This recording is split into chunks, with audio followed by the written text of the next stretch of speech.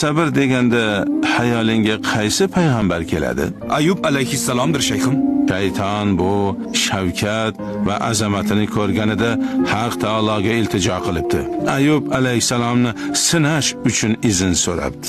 Haq taolo qabul qilibdi. Bir toqqa chiqibdi. Tog'da Ayub alayhisalomning sigirlari o'tlayotgan ekan. Shunday hayqiribdiki, sigirlari o'lib. Ey Ayub, boshingni sajdaga qo'yib turibsan-ku, ammo sendan jahli chiqdi va tog'dagi barcha hayvonlaringni jonini oldi. Hayvonlar bilan meni nima ishim bor? Men ojiz bir qulman va yana sajda qilibdi. Ayub alayhisalomning 9 qizini halok qilibdi. Yana Ayub alayhisalomning oldiga boribdi.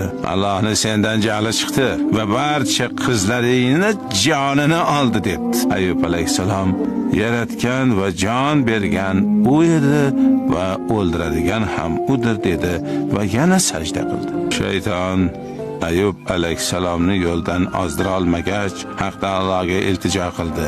Bu Ayub qulinga qanday ham yuksak sabr beribsan? Molini tamoman yo'q qildim. Ko'nglini sendan ayirmadi. Bolalarini halok qildim. Yana ko'nglini sendan ayirmadi. Ya marhaba.